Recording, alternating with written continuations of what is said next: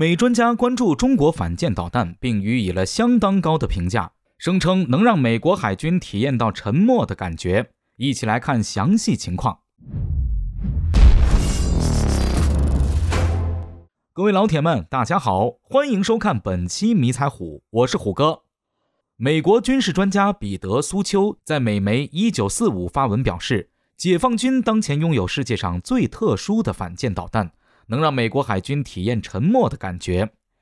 虽然美国海军是世界上最强大的海上武装力量，但是解放军列装的反舰导弹就是美国海军的最大威胁。当前美国海军拥有11艘核动力航母，同样还有9艘可以当作航母使用的两栖攻击舰，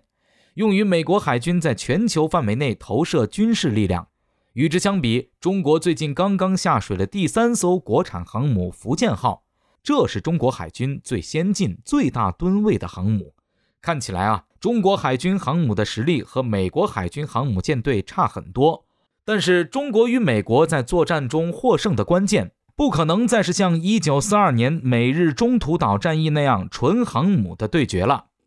解放军将寻求直接将美军的航母力量从棋盘上抹除。对于美国航母，解放军有最趁手的利器，这就是解放军的东风 21D 和东风26反舰弹道导弹。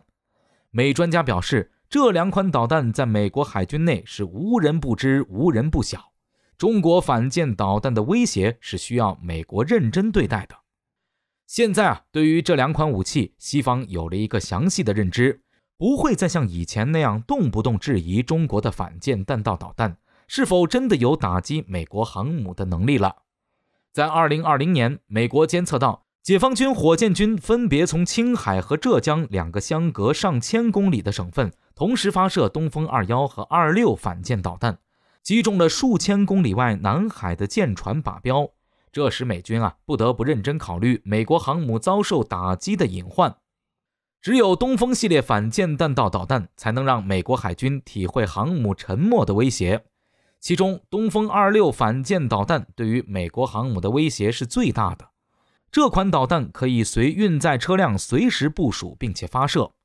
这款导弹的射程超过4000千米，可以对地面或者海上目标进行精确打击。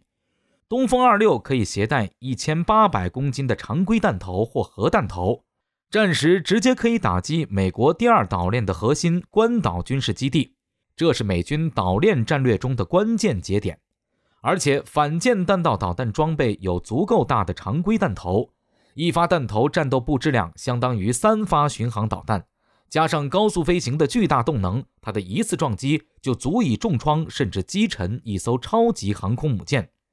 美专家认为，东风26可以被用来攻击美国海军的尼米兹级和福特级核动力超级航母舰队。彼得·苏丘表示，必须要限制中国此类武器的发展。以东风26举例，这款导弹要按照苏联和美国当时签署的中导条约标准来算，实际上是被禁止的武器。但是由于中国没有加入此类协议，限制中国中程导弹系列的发展便没有条约限制，反倒是美俄2国都撇开了该条约，独自发展新的高超音速导弹。解放军的另一款反舰弹道导弹就是东风 21D， 这是解放军第1款反舰弹道导弹。当然，射程没有更大的东风26远，只有2000千米，弹头当量只有东风26的1/3， 600千克左右。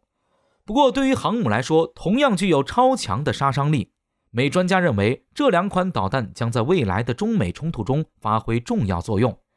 当然，解放军的反舰弹道导弹对于日本和印度的航空母舰同样具有威慑作用。实际上，中国拥有的反舰弹道导弹是世界上最特殊的一种武器。这种武器相比于传统的弹道导弹，具有打击移动目标的能力，这在全球范围内仅此一份。美苏都搞过同类武器，均以失败告终。即便是在国内某些网友吹嘘的上世纪美国研发的潘兴2弹道导弹，在末端也只能因为解决不了黑障的问题，只能以2至3马赫的末端速度飞行，突防能力欠佳，和东风21、26反舰弹道导弹的末端速度差得远了。